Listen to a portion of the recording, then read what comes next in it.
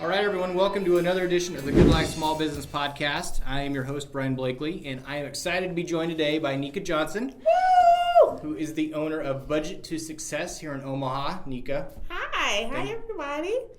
Thanks for joining us. Thank you for having me. So let's get into it a little bit here.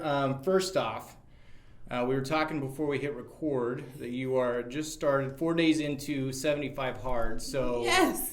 Part of that you said is reading 10 pages out of a book. What book are you reading?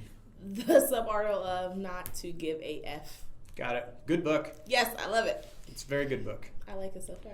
The title's a little bit misleading, but it's basically, I guess the way I interpret it is you can't care about everything, so you need to decide which ones that you want to care about. I like it because it just reaffirms me that I'm not crazy because I don't care about a lot of things. Right. I can't care about people's opinions because their opinions, they don't pay me. So in that aspect is if you care about what everybody think about you, you are going to be so drained that you cannot show up as your best self. Yeah. You got to pick and choose what you want to be passionate about. Yes. Yeah, great book. Any other books that you're listening to or anything? Do you want to know a secret about me? What's that? I don't really like reading. Yeah. I love audiobooks. Yes. I love audiobooks and I love podcasts. I want to be able to multitask and listen to something in my ear while I'm cleaning and cooking and doing everything else. So yes. Yep. I'm actually forcing myself to read because of this challenge. So I'm learning that maybe I really didn't hate reading. It was more so the books that was not interesting. Mm-hmm. Yeah. Reading puts me to sleep. That's why I do audiobooks. Okay, yes. And podcasts. I love a good podcast. 10 pages, I don't know if I could get, not that I couldn't get the 10 pages read, I'd probably fall asleep after 5. So, I agree. Maybe reading in the morning. So what podcasts are you listening to? I love E.T., Eric Thomas, the hip-hop preacher. Okay. He just has this phrase of, do you want to breathe as bad as you want to succeed? So I listened to him for years. I love his podcast on the different platforms that he has. I like Earn Your Leisure. I love Sleep is for Suckers. And so Sleep is for Suckers always interview different entrepreneurs, business owners in different industry sectors of sharing their success and highlighting that. So it could be someone that's in trucking, some accountant and things like that. Certain things that I can be able to apply in the real world. I love seeing people that came from nothing succeed. Yeah. Those are the real magic, those stories that I love the most. Very cool. I haven't heard of any of those. And so this is part of the reason I asked that. It's selfish because I love listening to new podcasts. What was the name of that last one? Sleep is for Suckers. Okay. By David Shands. I believe his last name is pronounced. So I love it. He's doing phenomenal on Instagram. And it's truth. It's the real stories of, hey, people say they want to become a multimillionaire, but you don't want that journey of it. Right. You don't want that pain, the cries, the tears, and all of that. So I love seeing real success stories. Those honest conversations, those is what help me and motivates me. Absolutely. It sounds kind of like How I Built This. Okay. Have you listened to that one on NPR? It's kind of, they interview larger companies and kind of their whole journey. I'm going to check it out. Yeah, it's a good one. So, thanks. All right, so let's get into it here.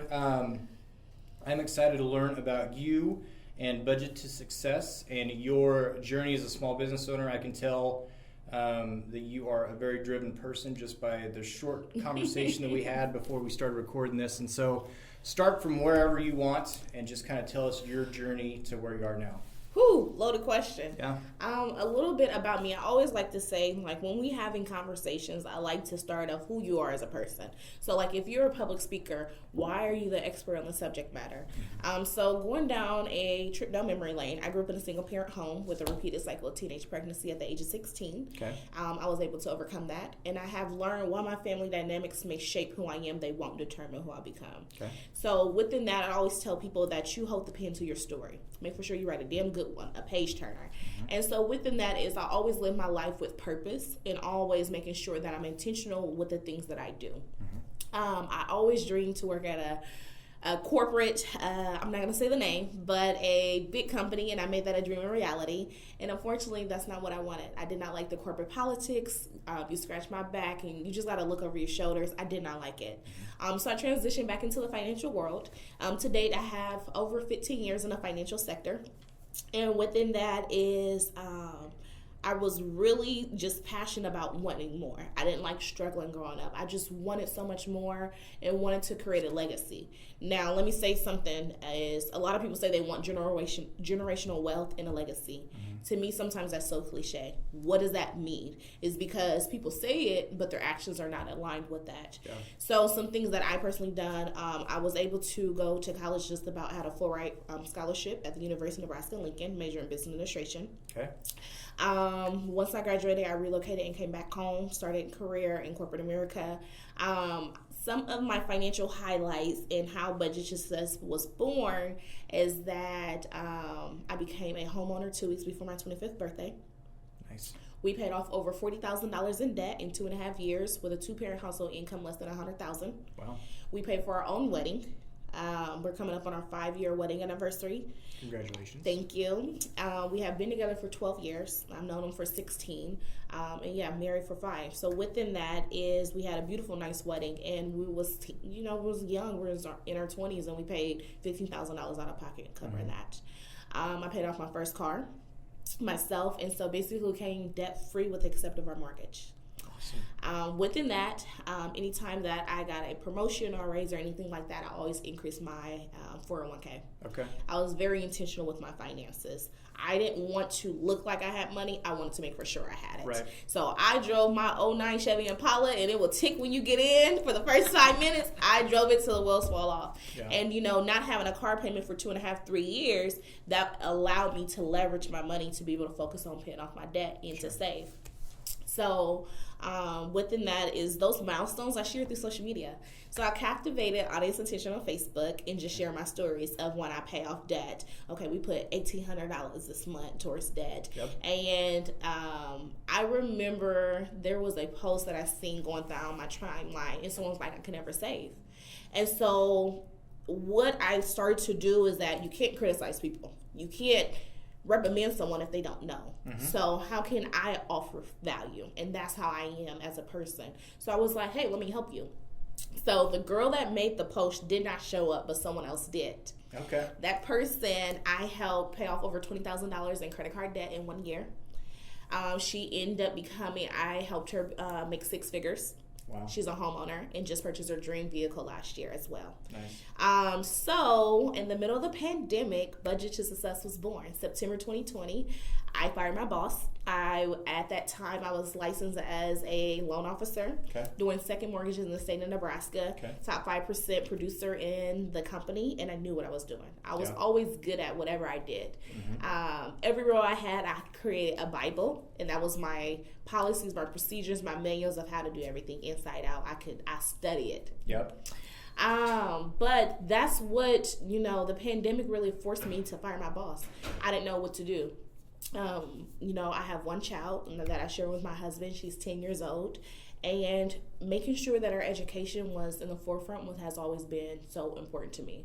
When I went to college, I didn't feel like I was smart enough. I didn't feel like I was prepared enough. So I always want to make for sure her mind is stimulated. We're in this world pandemic, and I can't find a sitter. I don't have a nanny. I can't drop her off at families and friend house and things like that. So I would say that's the good that came from the pandemic. Something that I started as a side hustle for the last 5.5, 6 years, meeting at a local coffee shop. I was charging people $50 at the time, up to 2 hours. Yeah. And I was like, I didn't even want the money. I just wanted to make for sure you value my time. Sure. And I went line by line, and I taught people how to budget.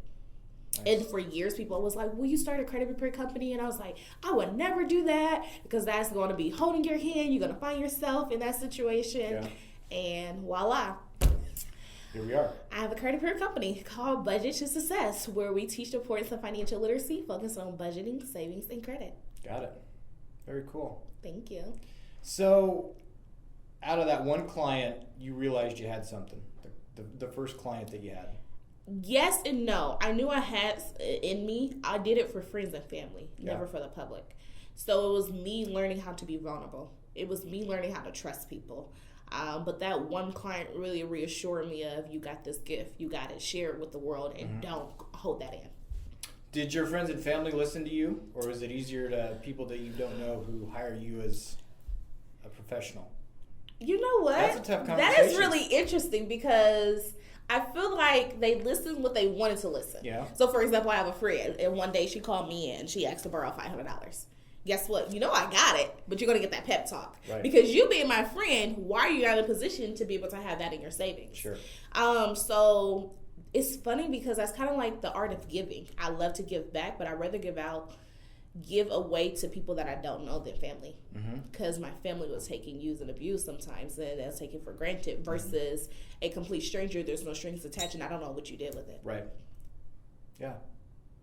I just think that sometimes it's hard to have financial conversations, whether it's your parents or brother, sister, whoever. That's sometimes true. it's just a harder conversation to have. It is hard because people are embarrassed. Yeah. People don't like talking about the reality of the real. So think about it. Have you ever went to school and people say how much money you want to make? What do you want to be when you grow up? Right. But what does that mean? I don't know how much money I need to survive. So one thing that I teach my clients and through social media is, what is your dreams? Nothing is ever too big. What type of house do you want to live in? What type of car? Now let's create a budget. So we need to position yourself to bring that amount of money to live the lifestyle that you want to live. But I never knew how much was considered a lot of money. Yeah. Growing up where I'm from, people making $20,000 annually was a lot of money. When I was fresh out of college. So for me growing up in poverty and for me being middle class and transitioning, and I always say that I'm on a journey becoming a multi-millionaire, I didn't know what was considered a lot of money or not enough. Yeah. Talk a little bit about the transition from your corporate job and just the emotions that went into, did you ever feel like you were ready 100% to make the jump? Did COVID force your hand to where you wanted to do it, or had you set yourself up from a financial standpoint with your background to where you could make this move and there wasn't maybe the anxiety that there would have been if you would have tried it a year ago? When I fired my boss? Yeah. Whew. I was scared. I was scared out of my life. I was scared to fail. I was scared because so many people looked at me. I had all the eyes of the world in my community to believe in me, and I wasn't believing in myself. So were you scared to fail, or were you scared? Was there any financial part of it that scared you, or were you okay there? I had 6 months of my livelihood expenses in account. My husband and I. So I always believe in budgeting, controlling your money so it's not controlling you. Savings, pay yourself first. And I always say, don't go work a 9 to 5 and don't pay yourself first. Credit, I had excellent credit. I have an 800 credit score. I always practice what I preach. So the savings was there, but it's still scary. Even if you have that, is because you're chasing that sale. It's not that guaranteed income of that biweekly. Although I was a loan officer and I got paid commission and things like that, it was scary to say, how am I going to pay my mortgage? How am I going to cover my car payments? Or just how am I going to survive to make for sure that I can maintain the lifestyle that I have been accustomed to, that I have built? I worked so hard, and for me to quit my job, who's to say I'm going to make this money? Oh, but baby, you couldn't pay me nothing to go back now. Yeah. What was the final straw? Or was there one? It was. I cried, and I started to go into a deep depression. So the company was actually, Loki was grooming to be an AVP. I knew a lot, and I didn't think the financial world was similar as like corporate. It's still considered corporate America, but I'm not. Fortune 500 companies that's here locally.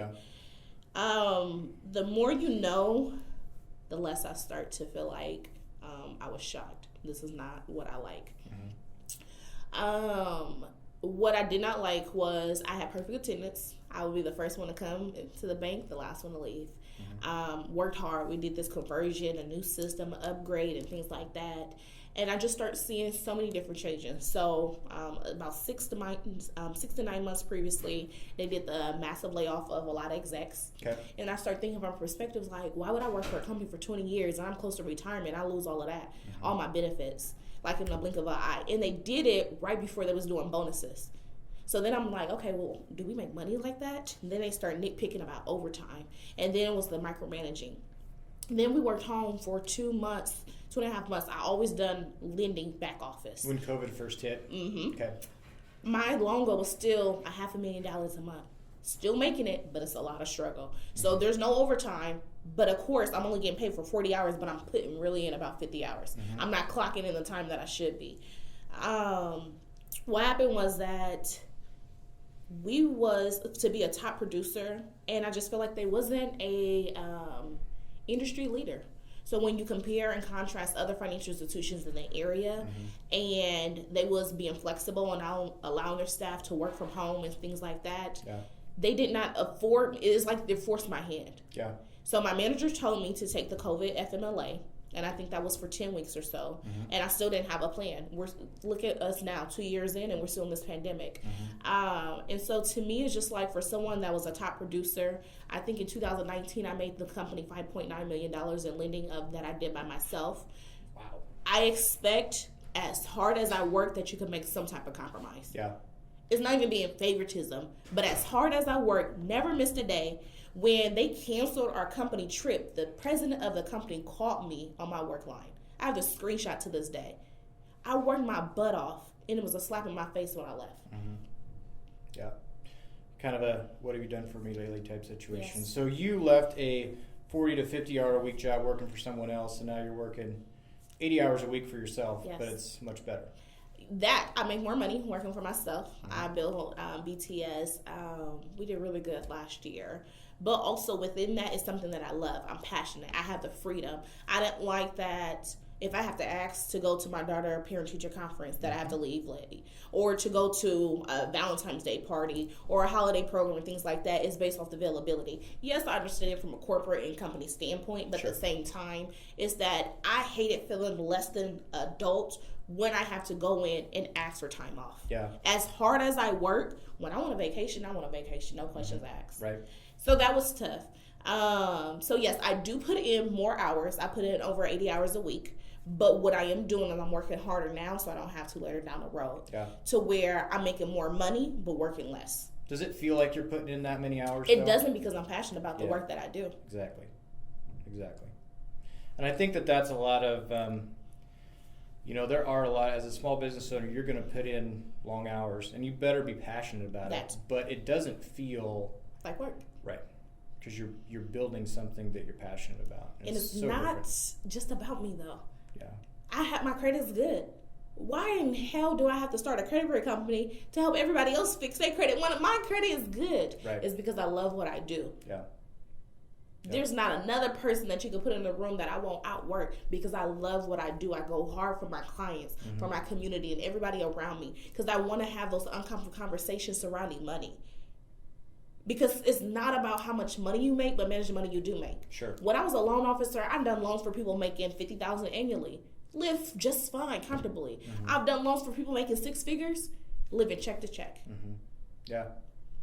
So let's talk a little bit about the business, about two different things. First off, what's your ideal client? Okay. Answer that first, and then I'll ask this next question. So my ideal client, it's funny. Okay, so ideal client or target client? Either one.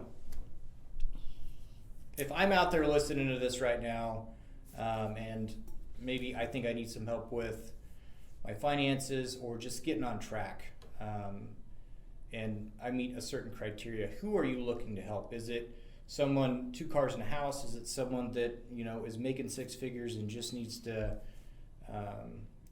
get some things figured out so they're not living in paycheck to paycheck? Is it both of those? It's both. I love helping people overcome poverty and living that check to check and those type of situations. Yeah. I love it. I will say that the main focus will be that mental mindset for anybody. You have to be ready, because credit repair is a team sport. My company will do about 80% of the work. The client has to do the other 20%. A lot of that comes down to communication. You got to make for sure that you communicate with us, because when you're working with people's social security number, when you're working with people with less than desirable credit, typically they don't answer their phones. They don't answer unknown numbers. They don't like checking their mail. But we need to do that. Some people have anxiety knowing that they just went shopping all weekend long and they don't want to check their bank statement on Monday morning. Yeah. You have to go through those pains. You have to go through those hurdles so we can be able to get you to the other side of your desired goal. Yeah. So success is whoever is out there listening, success is up to you. Only you can define the level of success that you desire through budgeting, savings, and credit. So that may be, what is success? That's subjective. Success may be just become a homeowner. Success may be, being able to afford your bills and not making partial payments. Success may be relocating from the circumstances and environment that you're in. Only you can define the levels of success. So my biggest thing is long you are mentally prepared. Also, long as that you're not in a financial burden, that anything that's going to prevent you from paying your bills on time, because I don't want anybody to sign up and we're a financial burden. Mm-hmm. It is an investment into your future. Yeah. And as long as you're not in an active bankruptcy, we'll open you welcome arms. Yeah.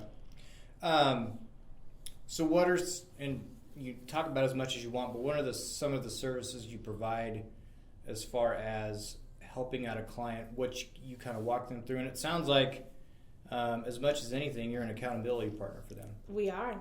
Yeah. We are. So first it starts off by booking a free credit consultation, hassle-free.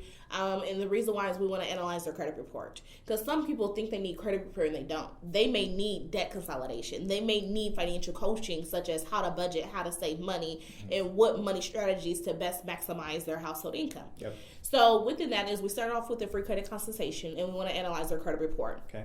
Within that is credit repair takes two processes. Is one, we got to challenge anything that's inaccurate, outdated, unverifiable in the credit report. Okay. We have been successful removing bankruptcies, repossessions, collections, evictions, charge-offs, student loans, late payments. Okay. So we want to challenge anything that's driving that credit score down ultimately. Okay. Two, you got to rebuild. You got to rebuild and offset that positive.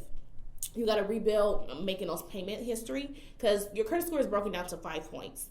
It's 35% is payment history. Mm-hmm. I don't care what you do, pay your bills on time. Yeah. On or before the due date. 30% is utilization. So some people that don't have credit cards or they're scared of credit cards, I recommend getting them, because we're losing out points. We want to make for sure. If they have high credit card balances or maxed out, I tell people pay them down. Mm-hmm. Okay, so let me ask you this, Brian.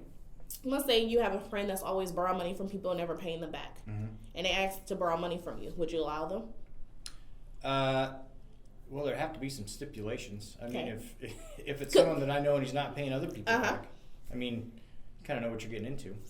That more than likely they may not pay you back, right? Yeah. So would you say that's kind of like the reputation? Yeah. Okay. Guess what? That's what your credit report is. Yeah. It's your reputation and your ability to promise to repay. Mm-hmm. So some people don't understand is that they think that they'll pay off a collections account and their credit's going to be fixed. The damage is already there. We have to build a healthy credit profile. Some people get so caught up on a credit score, and now I wanted an 800 as a badge of honor. I'm going to be completely honest. I just wanted for bragging rights. Right. That was just something on my vision board that I accomplished. Yep. But it's about building a healthy credit profile, because most financial institutions, if your credit score is about a 730 or higher, is considered A+. Okay.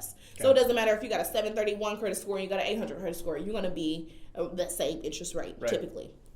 So within that is you want to make for sure that that credit score is healthy along with that profile. And what I mean by that is a previous loan officer, people had a 700 credit score and still got denied for a loan. Mm. People don't realize that. And the reason being is, let's say that you only have 2 credit cards, $1,000 limits. Those minimum payments is probably about $25, $35. Yeah. And then you go apply for a $30,000 auto loan and they decline you. Mm-hmm. Who's to say, based off your history and your credit report, that you could afford that? Right. That's why you want to build a healthy credit profile, because in return, that score will increase. Okay. So within that is we want to remove the negatives and then we want to rebuild. What make Budget Success the leading credit repair company here is because we provide that credit education.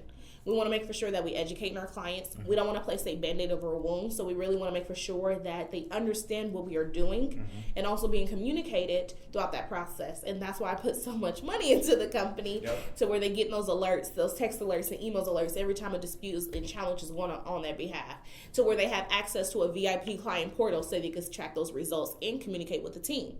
And additional money to make for sure everything is secured, sure, because of what we do. That's awesome. So credit education, also credit building. You can go to somewhere else, another credit company, they're not going to tell you how to build your credit. You're going to pay for credit repair and they may get something removed, but what about if your score doesn't increase or anything like that? Sure. So we want to make for sure that we help credit build. And so we partner with secondary companies that give people second chances. Okay. And so within that is just really collectively, that's how we help bridge the economic gap. Okay. How long do you typically see that you're working with clients? So clients do see results as early within 45 days. Typically on average graduated program between 6 to 9 months. Really? On average. Because credit repair is not something that happens overnight. Woo! No, it's not. I'm glad you said that. Yeah. You cannot have bad credit all your life and things are going to be fixed in 30 days. Yeah. Those are illegal. Those are scams and things like that. You cannot buy trade lines. Those are illegal. Do you think you could go to Capital One or Chase or any other company and go get a trade line? No, that is illegal. If you buy a trade line and it boosts your score and then you go get a mortgage, that's lending fraud. That's theft. That is racketeering. That's a felony case. So people don't understand. And so I like to explain the whys of why I do what I do not do. Yeah. But it's good because if 6 to 9 months on average, you need that time to create good habits. Because it's a behavior change. Yeah. It's a mindset shift. Yeah. Within that is, would you be willing to invest maybe even if it was a year, if your credit is a 400 credit score and it was really bad? Because what happens is as their score increase, then I need a car, then I need this. Yep. And guess what? Now we're back going down the ladder. We got to climb it back up. Doesn't work that way. Yes. So within that is that we just really want to educate and when it comes to credit repair and start having those uncomfortable conversations, because some people, they think that they're the only one that's going through it. And I say, I'm a financial coach, not a financial advisor. You're not alone. There's so many others. Yeah. So credit repair is our number one thing, and then also do financial coaching. I have not hired other people to do that. I do that one-on-one. Is because people can't say the things I say. Yeah. And because of my experience and things like that, I like building those relationships. So we do those one-on-one via Zoom, and I like to be a little personable and build that rapport. And I like to create a functional budget. And the reason why I say functional is because you may go over, you may go under. Don't beat yourself up. Right. I like to create a savings goal because we always got to pay ourselves first. Right. And then a debt reduction strategy because the same things that I have done personally allow me to pay off debt. Yeah. Perfect. Okay. So the question, and this can be two-part. You can relate it to the business, but you can also relate it to the budget side of it. How important has it been? The question is whether it's a spouse or someone, a positive influence or someone that pats you on the back when you need it, kicks you out of bed and get you going when you've had a rough day before. From the business side, like talk about the relationship or how supportive your husband has been and kind of, how you guys have worked together on the business side of it, but also talk about how important for a husband and wife to be on the same page when it comes to the budget side of things. Ooh, working together. Okay, you're gonna have to remind me the second question. Start wherever you want, but first thing is I have a huge support system. What you put into the world is what you're gonna get out. And because I have a good heart, I always give with no expectations, no strings attached, just because of who I am at the core. I am super blessed. In that aspect is that I like to call, and I coined this, is my board of directors. I have my top 5 board of directors. Okay. And what does that look like? When you think about a company, and they have a team, a board of directors. And those board of directors make those decisions for that company. And they want to make for sure that they contribute to the bottom line goal. Why don't people have board of directors for their life? Good question. I do. Yeah. And within that is, who are you hanging around with? Who's those influences? Who's those assets? Because when I say finances, I love this, is that it's not just about money. But do not continuously allow people to make withdrawals out of your life if they're not making deposits. So in my life, I have my top 5 core, my board of directors. Those are the people that's going to uplift me. Those that's going to be there when I say I don't need anything and they know I need something because of that pride. Those that's going to be there to wipe away my tears. I have a friend that I had a community event and they'll text both my phones and I don't answer. Guess what? Pull up on me. Yeah. Did you eat? No. Okay, I'm going to eat in 5 minutes. No, you're going to do it now. Yeah. You're not going to eat. You're going to eat now so I can go. Yep. I have friends that show up even for 10, 15 minutes because we all live busy lives. I even have friends, 2 of them, that keep my bond money. So, I say that not because I do legal and things like that. I'm a black woman in today's society and anything can happen. Yeah. Wrong place, wrong time, but making sure that you have friends that save. I got one friend that I love saving with. It's a little friendly competition. We motivate each other. Nice. Like, okay, we're going to save $5,000 a month. Every time we make a deposit into our savings account, we take a screenshot for social proof and then send it to each other. Yeah. Who is those friends that you can put on your estate if something happened to you? I had a conversation this year, bringing into the new year, talking about our financial goals. What do we want? So me and my husband have a $25,000 savings challenge. Whoever wins first, I have to take him to go see LeBron James or Steph play. If he beats me, but he won't, when I win, my money's on you. Thank you. Sorry, When I win, he has to take me to Maldives. That's on my bucket list. So I'm very strategic about the things I do. Yep. So yes, I have a board of directors of my life, and I'm very conscious of that and making sure they are feeling me. And so when I feel like I'm falling, they're there to catch me and in return. So that answers the first question. The second part, the support. With my husband? Yeah, the conversations that you and your husband had when you were leaving the corporate job, going to start this business. What was that like? Oh, well, when I was at the credit union, he kept wanting me to go for a lead position and branch manager and stuff like that. Mm-hmm. And I knew how some branch managers was making. Yeah. I made more money than them as a loan officer with my commission and my payout. So why would I go apply for a more position for more responsibility? Oh, we managing people? Ooh, we don't talk about that. Right. Why would I do that to myself? So he was very supportive as far as wanting me to fire my boss. And I have that tenacity and that will that I can be able to take our family to where we want it to be. Mm-hmm. He's so quiet. He's the complete opposite of me. I'm that face of that networking thing, but he's going to be that silent heavy hitter in my background doing the things I need to be done. Yeah. But support system back there. It sounds like you guys had to work together to accomplish your goals. Communication is key. Yeah. There's no such thing as a perfect marriage, because I even considered leaving him. And I'm very honest about my lifestyle and my life and things that I go through. And within that is, even in the financial world, the two reasons why people get a divorce, finances and communications. Mm-hmm. So I remember a couple people had went through a divorce that I talked to doing a loan. And it was like, oh yeah, the divorce decree said I have to refinance this auto loan. Well, baby, if you don't qualify for this loan, you can't do it. The judge has no jurisdiction when it comes to the financial sector. Mm-hmm. So communication is key. That was my minor in college. And that is my top 5, the Gallup strengths. I'm a communicator. And so I like to have those uncomfortable conversations. And so I'm going to always want to communicate, even if it's good or bad. Yeah. Even when you have a disagreement, that is still healthy communication because you need to learn something from it. Yeah. So yes, we make for sure we communicate all the time. What are our financial goals? How much money we made last year? How much more money we need to exceed to make more to reach our milestones? Yeah. So I always wanted a lot of money. I wanted to become a multimillionaire. Good for you. I have no doubt you will. And I just think it's important to highlight, I've said it before on this podcast, but having a support system, because it can be very lonely starting your own business. It is lonely. It's lonely at the top. And you need people to pat you on the back, give you a hug, but to motivate you and, say, you got this, it's just one day. One day at a time. Yeah. No matter what, if you're out there, you're struggling, or you're trying to figure it out, always say just put one foot before the other. Yeah.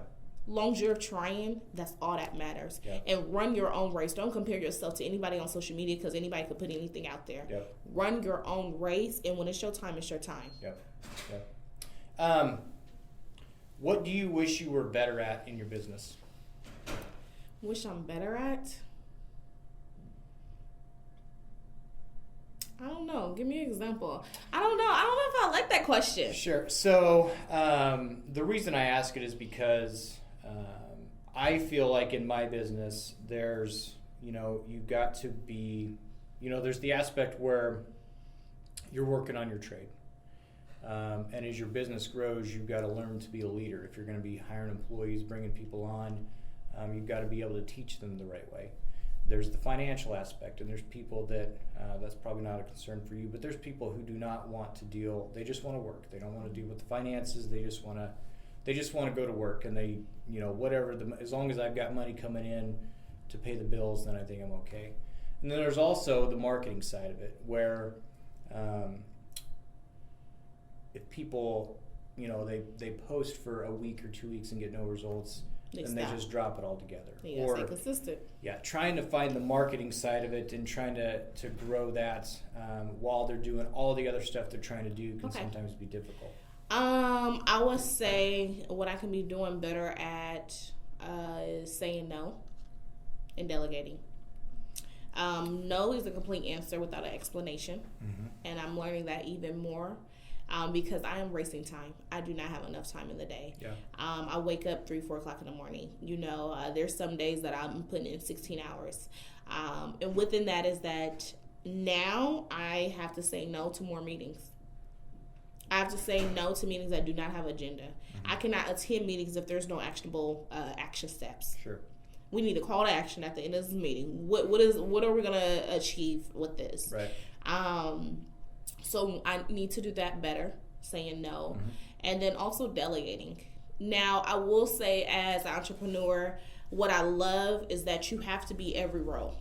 Because how do you know what you need help with? Right. How do you know what you're good at? What do you know what you need to be better in, or what you're not good that you need to outsource? Yeah. So when you are an entrepreneur, you're going to be every role, trying to find a balance. I'm here to say there is never going to be a perfect balance. There's no such thing as a balance. There's just something psychologically that we put in our brain thinking we're going to ever achieve that, and that's not. Yeah. Because when you create a solution to one, it's going to be a problem to something else. So within that is you want to start out in each role, and you create SOPs. Standard operating procedures, also policy procedures. Document everything that you do, so when you do hire, they know how to do that.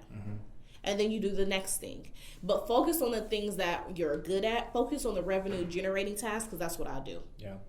Because time is money. Yep. And when I look back at it, what was it, 3 years ago, I think I posted on Instagram, is that 3 years ago I took a huge pay cut making $15-something an hour, even with a college degree. And that was like so humbling. Even though I got bonuses and commission and stuff like that, but making $15 an hour, I now send out invoices no less than $150. Yeah. I don't tell, when you start a job, they tell you how much you're going to make. No, I tell people how much you're going to pay me. Yeah. I'm able to say no to certain things that's not in line with my mission or vision of who I am, and also within my company. Yeah. So within that, you have to do a little bit of every role to really discover what you want out that business. But also what I teach is that you can be in your business and grow your business. So in that beginning stage, you're going to be in it. But if you want to scale and grow and pivot, you have to delegate and have people in those roles so you can focus on growing it. That's tough, though. Delegating's tough. It is. Because they may not do it the same way you do, or they may mess up, or... Yeah, I've been facing that sometimes. So inflation and labor and all of this that's going on, so yes. Yeah, it's tough. Yeah. If you could go back to the day before you were leaving your corporate job and give yourself any advice for the journey you have been on with the small business, would you go back and tell yourself maybe to do something different, or would you just... No? I needed every tear. I needed every pain, every sleepless night. Yeah. I needed that to make me who I am today. All I can say is do it scared. Yeah. Why wait? Life is scared. Yeah. There's no other way. You just got to get out there and do it. Yeah. Because one thing is, you either going to watch somebody else build their dream, or you go build your own. Are you going to build somebody else's company, or are you going to build your own? So that maybe is exactly the answer to the next question. But if one of your clients comes to you and they say, "Hey, I'm going to start my own small business." Okay, baby, let's go. Is that what advice would you give them? How much money do you need to make? How much is your monthly expenses? Because sometimes we are making things way harder than it has to be. What is your monthly income? What is your monthly expenses? So what is a product or service? So first, let's start out, where's your income? How can we replace that? What problem are we going to solve? Because that's what business is. We're solvers. We're problem solvers. Yep. So within that is, okay, what problem do you want to solve in this world? What product and services are you going to offer? So let's say, for example, if you need to make $2,500 a month. Okay, what do you want to offer? Do you want it to do digital products, courses, teaching, one-on-one, whatever that is? Let's divide that by that price point. So let's say you want to do a $30 product. Okay. That means you only need to sell 83. Okay, now let's divide that by 30 days, and that's how many you need to sell a day. And you want to chase that sale. To me firing my boss, and I always promote an avid, fire your boss. Do it scared. Could you do it while you're still working? Absolutely. But when I was working for somebody else and trying to focus on my business, I wasn't really. I wasn't giving it my all the way I should. And when I fired my boss, it really made me go harder. It made me be more disciplined because I had to chase a sale. I knew that if I didn't make no sale, I'm not making any money. Yeah. So I gave it my all. Yeah. And I probably shouldn't be surprised by your answer, but you focus on the financial side, but make sure that you're in a position where you can succeed. Yes, why not? Break it down on a daily basis. It's cliche for some people to say that, oh, it's not about money. Everything's about money. Yeah. Are you going to go to work for free? No. So please don't sit up here and tell me that it's not about money. No matter how much you love it, you can't do it for free. Exactly. When you can't pay your rent or your mortgage, you go tell your landlord, or, oh, I love my kids, please let me stay. Business is business. Yeah. It's a transaction. Yeah. Now, throughout that process, I like create meaningful relationships. But again, I'm just that honest about the situation. Yeah. I'm not going to sugarcoat or anything like that. I'm a service provider. I provide a service. And I always say, like, I'm friendly, but I'm not free. Right. We can talk once that invoice is paid. Very good. So, tell us then, where do we find out more about you? You can find out more about Budget to Success. Is Budget TO, so not the number 2. So some people do that. So it's Budget to Success. We're all social media platforms on Facebook. Follow me on Instagram because I'm really focused on dominating Instagram this year. Yeah. Do not follow me on Twitter because I'm never there. You can also follow me on my personal page. You know, Twitter get people in trouble. Yeah. People need to get rid of Twitter. And I don't know how, as a business, I still haven't figured out how you I have no time to be tweeting all day. Yeah, exactly. I barely got time to respond to emails. Right. Yeah. So, yes, our website is www.budget2success.net. Okay. .net, N-E-T, not .com. Got it. .net. And they can reach out to you through the website or just through social? Yes. Looking for a kind of consultation. I built a team. Customer service is very key to me. And I want to make for sure that that we're not just meeting people's expectations, but over exceeding them. Yeah. So I do quality assurance. I'm up late at night with one earpiece, taking notes and documenting and what we can be doing better. Yeah. But I love the work that I do. And I want so many more people to win and succeed. And I want people to realize that having bad credit is not a life sentence. Right. We're not taught about it. When you're in school, when do you learn about how to balance a checkbook, how to get a house, how to get a car? Never. Sign a contract, make sure you read it before you sign it. Yeah. How to ask these questions, so there's nothing preparing you for that. So I want people to understand is quit beating yourself up for things that you do not know, right, or the things that you did not know. The only thing is, I have a problem is that if you're not using the resources around you after listening to the podcast and you didn't reach out and you need help, that's the only thing I'm going to be upset about. But just be intentional with it and know you're not alone. Yeah. Yep. Nicka, thank you so much. It was a pleasure to sit down and talk with you. You exude the passion that you have for what you do. I can just tell that you love what you do. The energy you bring is great, and it has been a pleasure to sit down and talk. Thank you so much for having us. You bet. Having me and the team and the company. That's right. I appreciate you so much. It has been an honor, a privilege, and thank you for creating this. This is creating another opportunity for small business to be able to showcase that work and how we can collectively come together as a community. So thank you for the work that you do. Absolutely. Thanks so much. You're welcome.